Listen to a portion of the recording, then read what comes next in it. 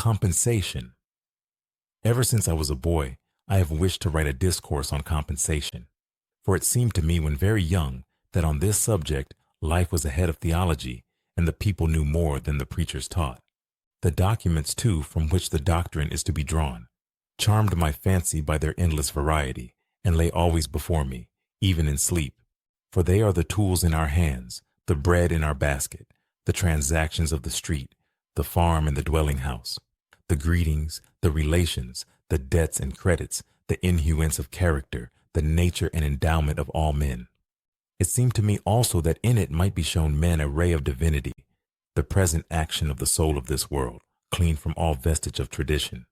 And so the heart of man might be bathed by an inundation of eternal love, conversing with that which he knows was always and always must be, because it really is now. It appeared, moreover, that if this doctrine could be stated in terms with any resemblance to those bright intuitions in which this truth is sometimes revealed to us, it would be a star in many dark hours and crooked passages in our journey that would not suffer us to lose our way. I was lately confirmed in these desires by hearing 3 compensation, a sermon at church. The preacher, a man esteemed for his orthodoxy, unfolded in the ordinary manner the doctrine of the last judgment. He assumed that judgment is not executed in this world, that the wicked are successful, that the good are arable, and then urged from reason and from scripture a compensation to be made to both parties in the next life. Equal offense appeared to be taken by the congregation at this doctrine. As far as I could observe, when the meeting broke up, they separated without remark on the sermon. Yet what was the import of this teaching? What did the preacher mean by saying that the good are miserable in the present life?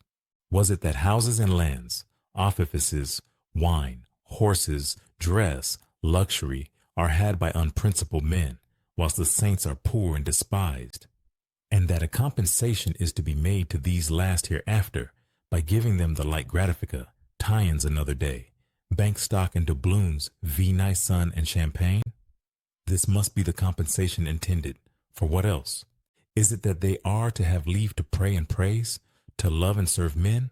Why, that they can do now. The legitimate inference the disciple would draw was, we are to have such a good time as the sinners have now.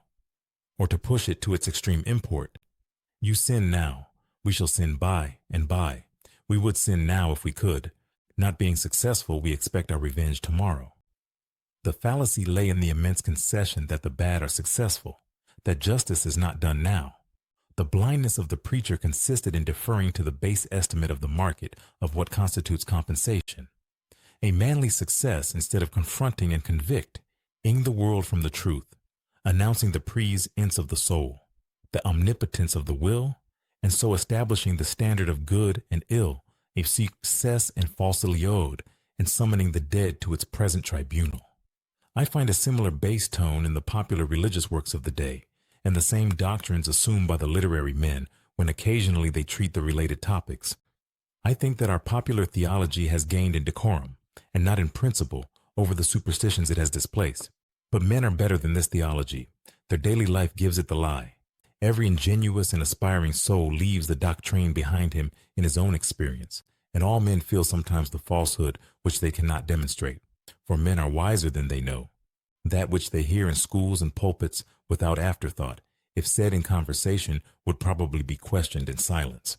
If a man dogmatize in a mixed company on providence and the divine laws, he is answered by a silence which conveys well enough to an observer the dissatisfaction of the hearer, but his incapacity to make his own statement. One shall attempt in this and the following chapter to record some facts that indicate the path of the law of compensation. Happy beyond my expectation if I shall truly draw the smallest arc of this circle. Polarity, or action and reaction, we meet in every part of nature, in darkness and light, in heat and cold, in the ebb and flow of waters, in male and female, in the inspiration and expiration of plants' compensation and animals, in the systole and diastole of the heart, in the undulations of fluids and of sound, in the centrifugal and centripetal gravity, in electricity, galvanism, and chemical affinity. Superinduce magnetism at one end of a needle, the opposite. Magnetism takes place at the other end. If the south attracts, the north repels. To empty here, you must condense there. An inevitable dualism bisects nature so that each thing is a half and suggests another thing to make it whole. As spirit matter, man woman, subjective objective, in out, up or under, motion rest, yea nay. Whilst the world is thus dual, so is every one of its parts. The entire system of things gets represented in every particle. There is somewhat that resembles the ebb and flow of the sea, day and night, man and woman, in a single needle of the pine, in a kernel of corn, in each individual of every animal tribe. The reaction, so grand in the elements, is repeated within these small boundaries. For example, in the animal kingdom, the physiologist has observed that no creatures are favorites, but a certain compensation balances every gift and every defect. A surplusage given to one part is paid out of a reduction from another part of the same creature. If the head and neck are enlarged, the trunk and extremities are cut short. The theory of the mechanic forces is another example. What we gain in power is lost in time, and the converse. The periodic or compensating errors of the planets is another instance. The influences of climate and soil in political history are another. The compensation. Cold climate invigorates. The barren soil does not breed fevers, crocodiles, tigers, or scorpions. The same dualism underlies the nature and condition of man. Every excess causes a defect, every defect an excess. Every sweet hath its sour, every evil its good. Every faculty which is a receiver of pleasure has an equal penalty put on its abuse. It is to answer for its moderation with its life. For every grain of wit there is a grain of folly. For everything you have missed, you have gained something else. And for everything you gain, you lose something. If riches increase, they are increased that use them. If the gatherer gathers too much, nature takes out of the man what she puts into his chest, swells the estate but kills the owner. Nature hates monopolies and exceptions. The waves of the sea do not more speedily seek a level from their loftiest tossing than the varieties of condition tend to equalize themselves. There is always some leveling circumstance that puts down the overbearing, the strong, the rich, the fortunate, substantially on the same ground with all others. Is a man too strong and fierce for society, and by temper and position a bad citizen, a morose ruffian with a dash of the pirate in him? Nature sends him a troop of pretty sons and daughters who are getting along in the dame's classes at the village school, and love and fear for them smooths his grim scowl to courtesy. Thus she contrives to itinerate the granite and feldspar, takes the boar out and puts the lamb in, and keeps her balance true. The farmer imagines power and place are fine 8 compensation things, but the president has paid dear for his White House.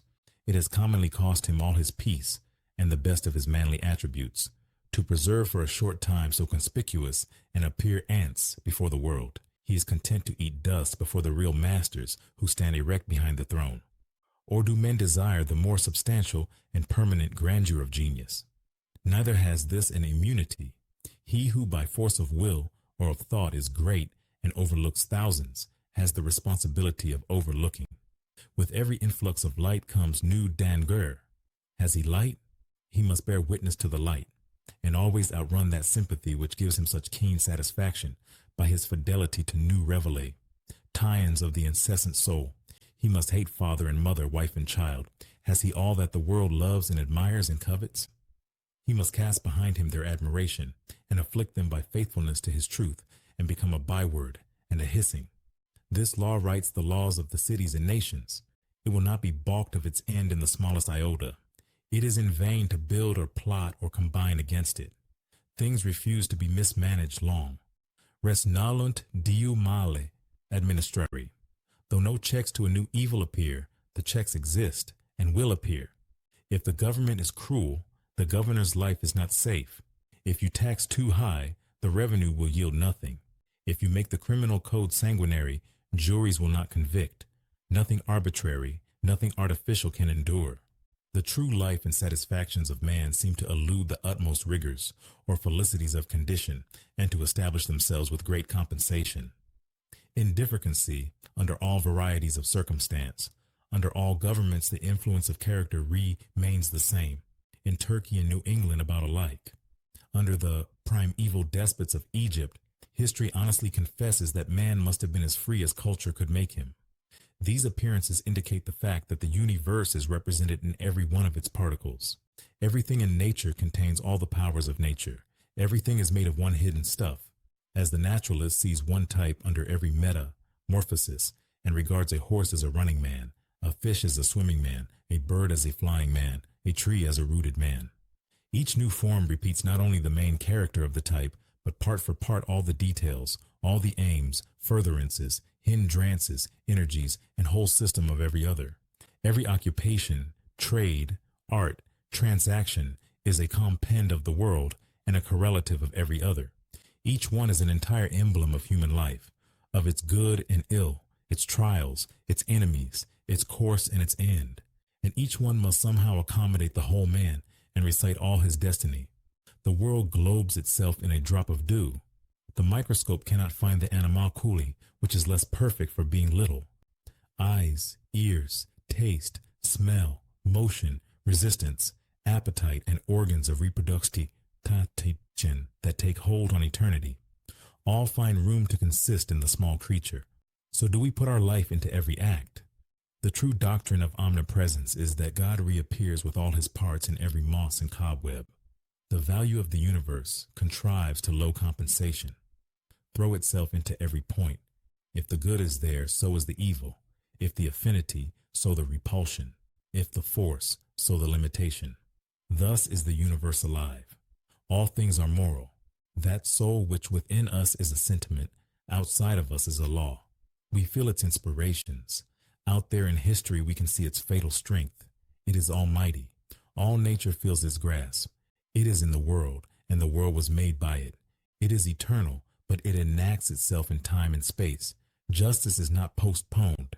A perfect equity adjusts its balance in all parts of life. Oi ka fioi I, and to govern, that he may be seen. Men seek to be great. They would have offices, wealth, power, and fame. They think that to be great is to get only one side of nature, the sweet without the other side, the bitter. Steadily is this dividing and detaching counteracted. Up to this day, it must be owned no projector has had the smallest success. The parted water reunites behind our hand. Pleasure is taken out of pleasant things, profit out of profitable things, power out of strong things, the moment we seek to separate them from the whole. We can no more have things and get the sensual good by itself than we can get an inside that shall have no outside, or a light without a shadow. Drive out nature with a fork, she comes running back. Life invests itself with inevitable conditions, which the unwise seek to dodge, which one and another brags that he does not know, brags that they do not touch him. But the brag is on his lips, the condai. Tie-ins are in his soul. If he escapes them in one part, they attack him in another more vital part. If he has escaped them in form and in the appearance, it is because he has resisted his life and fled from him. Self, and the retribution is so much death. So signal is the failure of all attempts to make the separation of the good from the tax that the experiment would not be tried, since to try it is to be mad, but for the circumstance that when the disease began in the will, of rebellion and separation, the intellect is at compensation. 13. Once infected, so that the man ceases to see God whole in each object, but is able to see the sensual allurement of an object and not see the sensual hurt. He sees the mermaid's head but not the dragon's tail, and thinks he can cut off that which he would have from that which he would not have.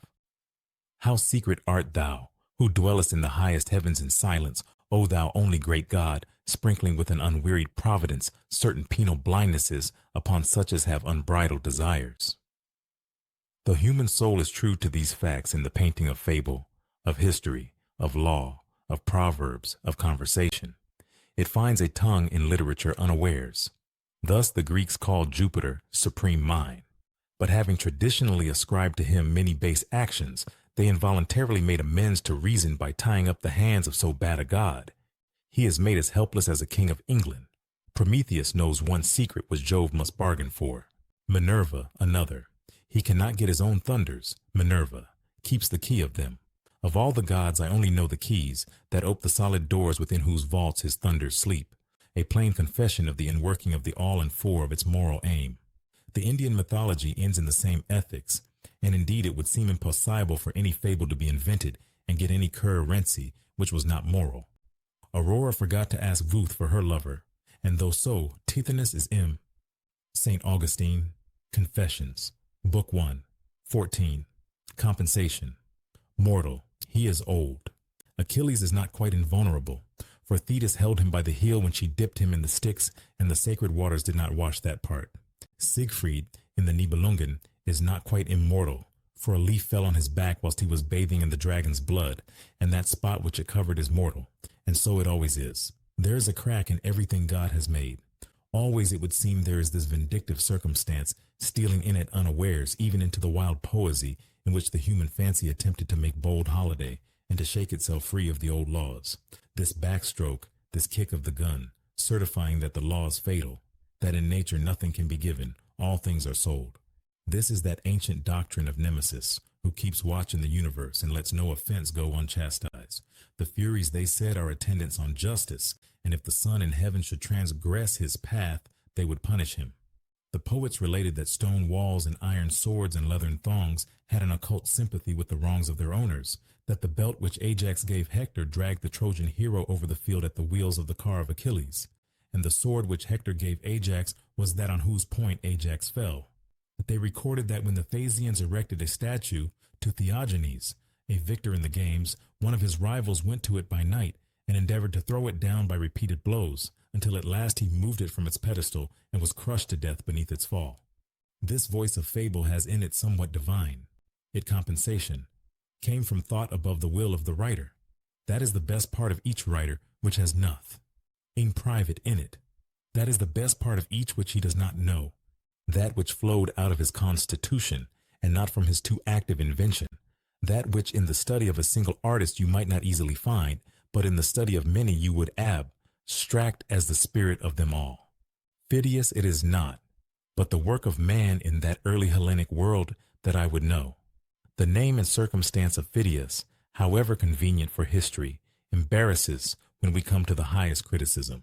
We are to see that which man was tending to do in a given period, and was hindered, or if you will, modified in doing, by the interfering volitions of Phidias, of Dante, of Shakespeare, the organ whereby man at the moment wrought. Still more striking is the expression of this fact in the proverbs of all nations, which are always the literature of reason, or the statements of an absolute truth without qualification. Proverbs, like the sacred books of each nation, are the sanctuary of the intuitions, that which the droning world, chained to appearances, will not allow the realist to say in his own words, it will suffer him to say in proverbs without contradiction. And this law of laws, which the pulpit, the Senate, and the college deny, is hourly preached in all markets and all languages by flights of proverbs, whose teaching is as true and as omnipresent as that of birds and flies. All things are double, one against another. Tit for tat, an eye for an eye, a tooth for a tooth, I6 compensation, blood for blood, measure for measure, love for love. Give, and it shall be given you. He that watereth shall be watered himself. What will you have, quoth God? Pay for it and take it. Nothing venture, nothing have. Thou shalt be paid exactly for what thou hast done, no more, no less. Who doth not work shall not eat. Harm watch, harm catch. Curses always recoil on the head of him who imprecates them. If you put a chain around the neck of a slave, the other end fastens itself around your own. Bad counsel confounds the adviser. The devil is an ass. It is thus written, because it is thus in life. Our action is overmastered and characterized above our will by the law of nature.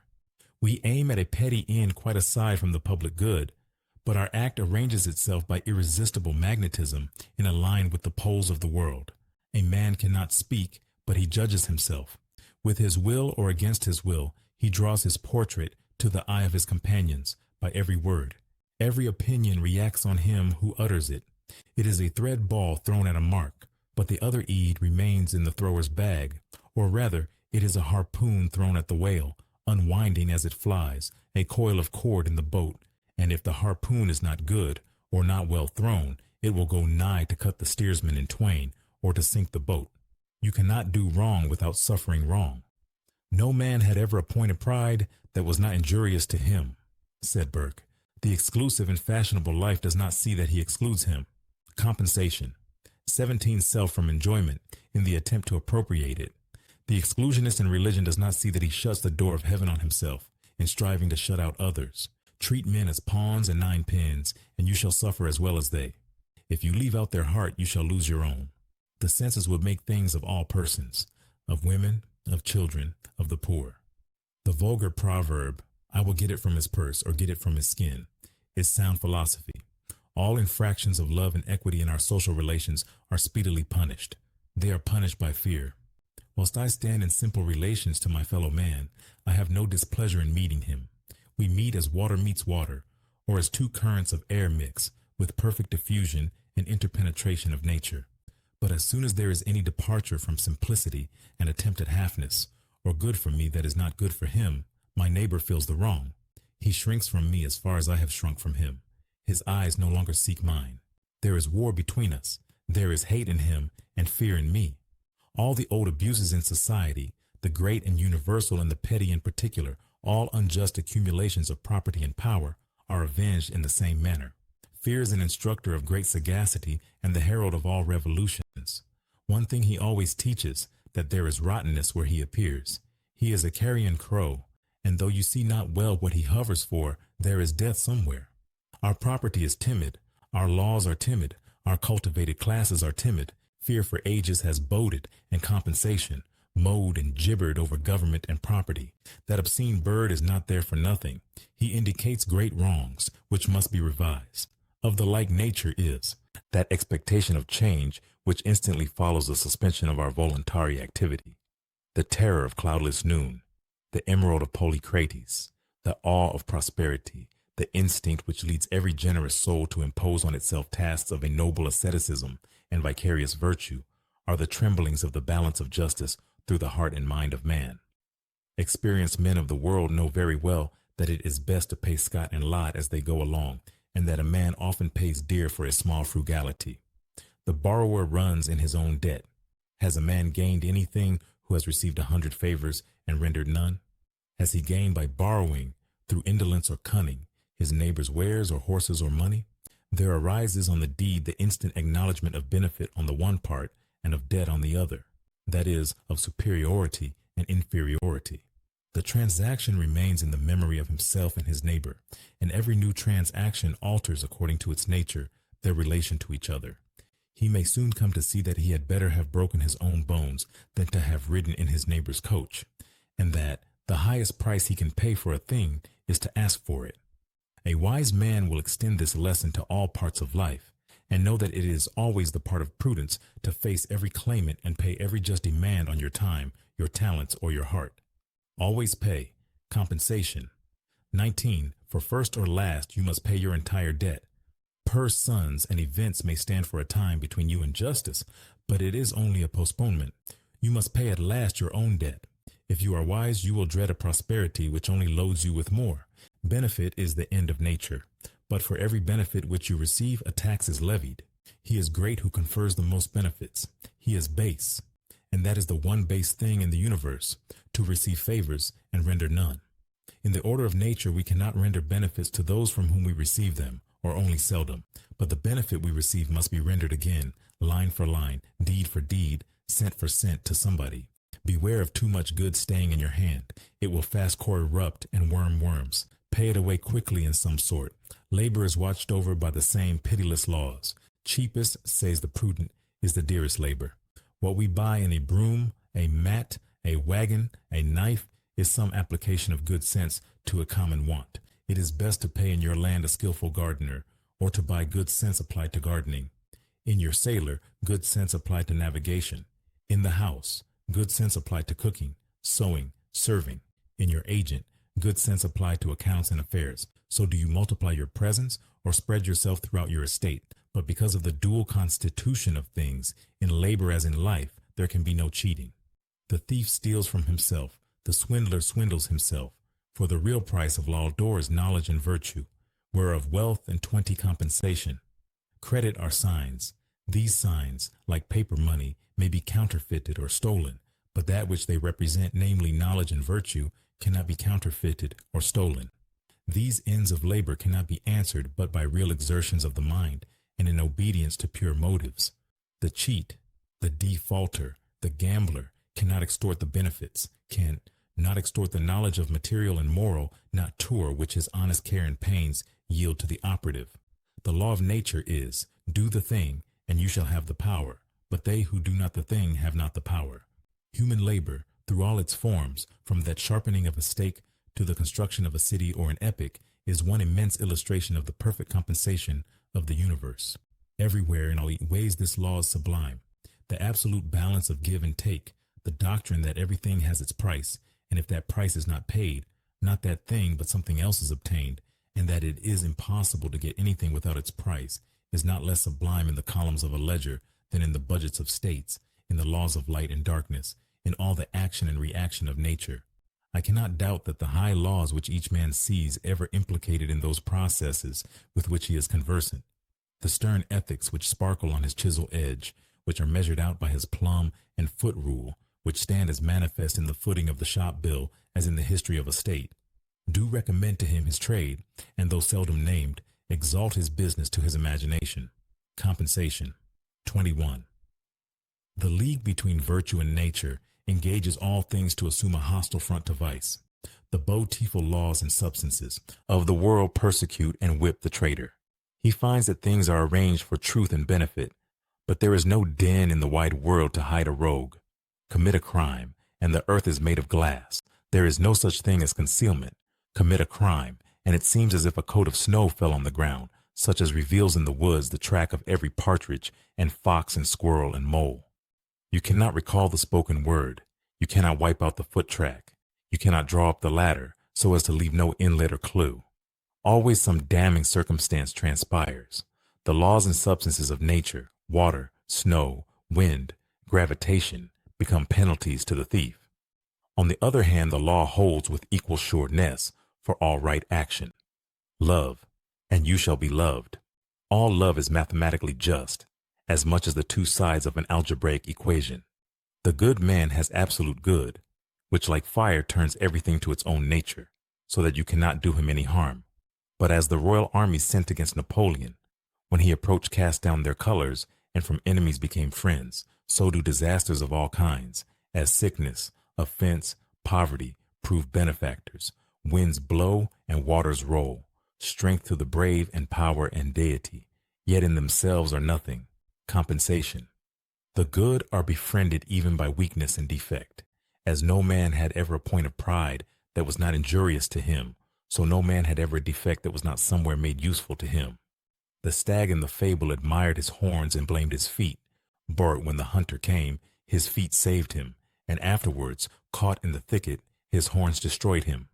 Every man in his lifetime needs to thank his faults, as no man thoroughly understands the truth until first he has contended against it. So no man has a thorough acquaintance with the hindrances or talents of men until he has suffered from the one, and seen the triumph of the other over his own want of the same.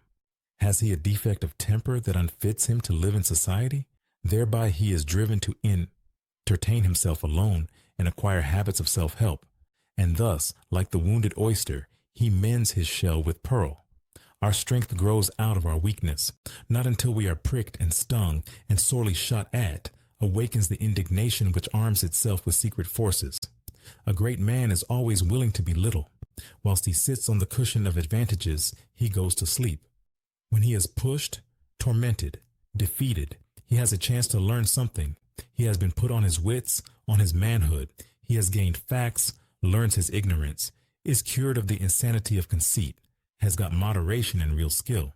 The wise man always throws himself on the side of his assailants. It is more his interest than it is theirs to find his weak point. The wound cicatrizes and falls off from him like a dead skin, and when they would try, compensation. 23 Umflo. He has passed on invulnerable. Blame is safer than praise. I hate to be defended in a newspaper. As long as all that is said against me, I feel a certain assurance of success. But as soon as honeyed words of praise are spoken for me, I feel as one that lies unprotected before his enemies. Ingen Errol. Every evil to which we do not succumb is a benefactor. As the Sandwich Inlander believes that the strength and valor of the enemy he kills passes into himself, so we gain the strength of the tempted titan we resist. The same guards which protect us from disaster, defect and enmity, defend us, if we will, from selfishness and fraud. Bolts and bars are not the best of our institutions, nor is shrewdness in trade a mark of wisdom. Men suffer all their life long under the foolish superstition that they can be cheated. But it is as impossible for a man to be cheated by anyone but himself, as for a thing to be and not to be at the same time. There is a third silent party to all our bargains.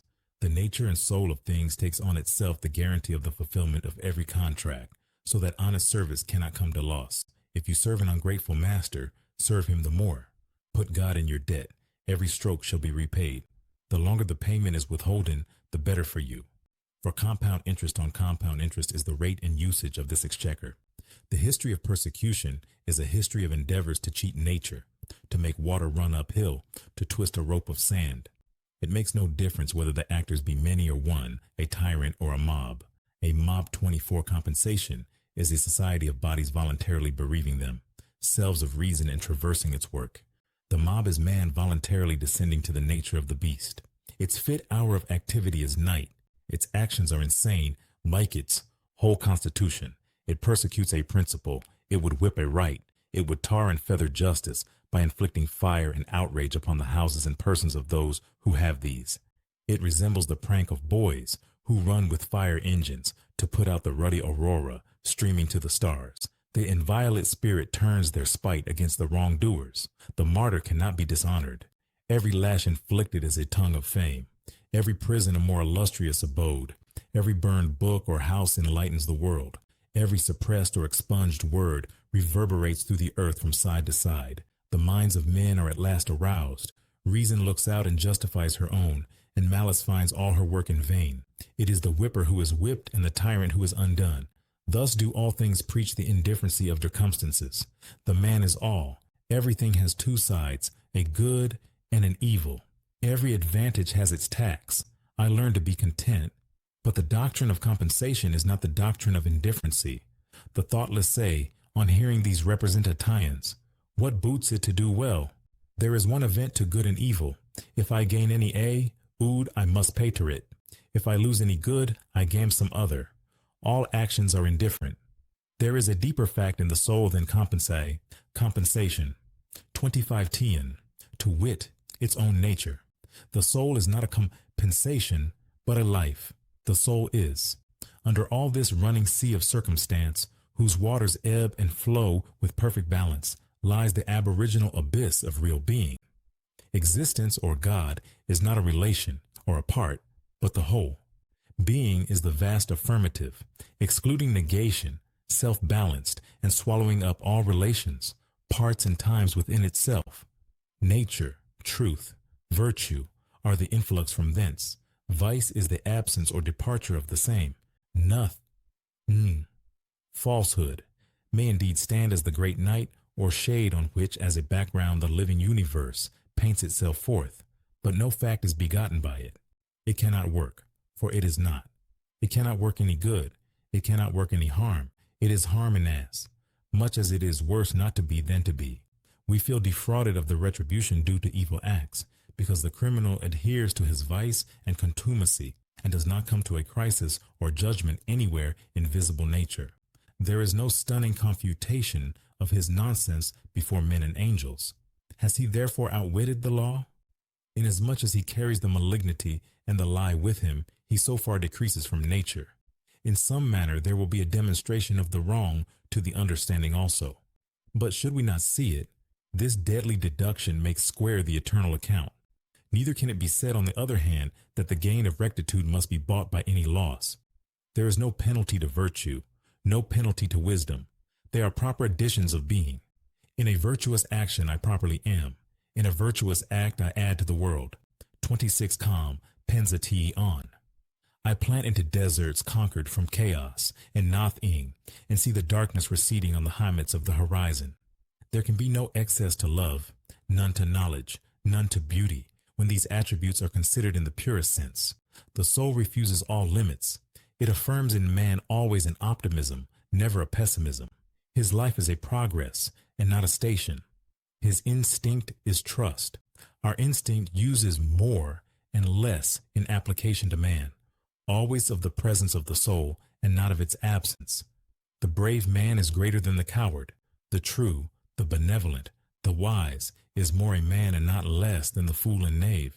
There is therefore no tax on the good of virtue, for that is the incoming of God himself, or absolute existence, without any comparative.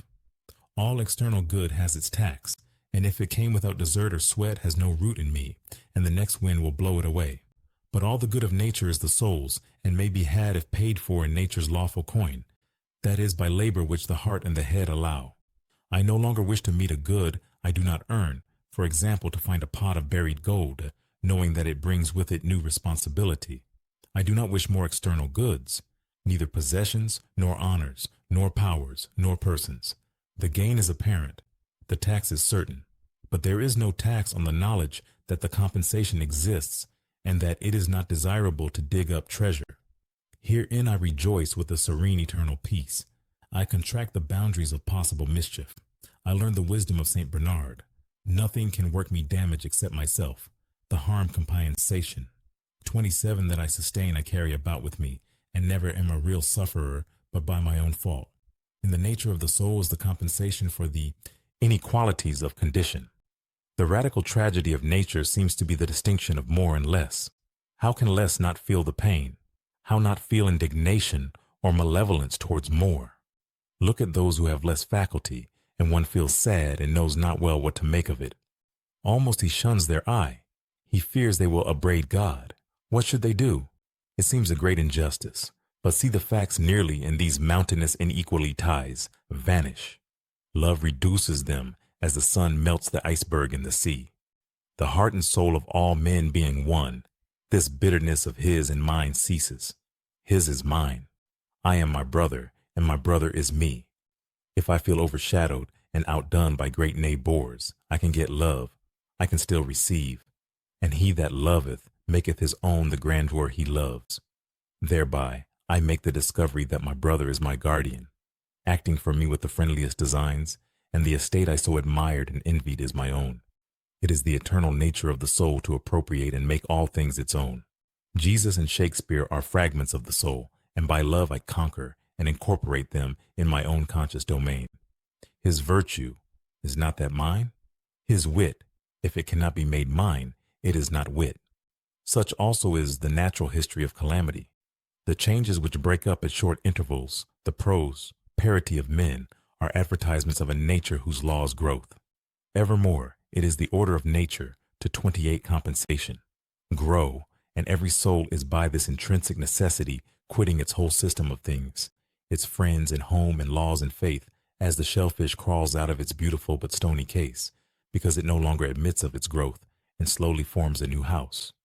In proportion to the vigor of the individual, these revolutions are frequent, until in some happier mind they are incessant, and all worldly relations hang very loosely about him, becoming, as it were, a transparent fluid membrane through which the living form is always seen, and not, as in most men, an indurated, heterogeneous fabric of many dates and of no settled character, in which the man is imprisoned. Then there can be enlargement, and the man of today scarcely recognizes the man of yesterday, and such should be the outward biography of man in time, a putting off of dead circumstances day by day, as he renews his raiment day by day. But to us, in our lapsed estate, resting, not advancing, resisting, not cooperating with the divine expansion, this growth comes by shocks. We cannot part with our friends. We cannot let our angels go. We do not see that they only go out that archangels may come in. We are idolaters of the old. We do not believe in the riches of the soul, in its proper eternity and omnipresence. We do not believe there is any force in today to rival or recreate that beautiful yesterday. We linger in the ruins of the old tent, where once we had bread and shelter and organs, nor believe that the spirit can feed, cover, and nerve us again.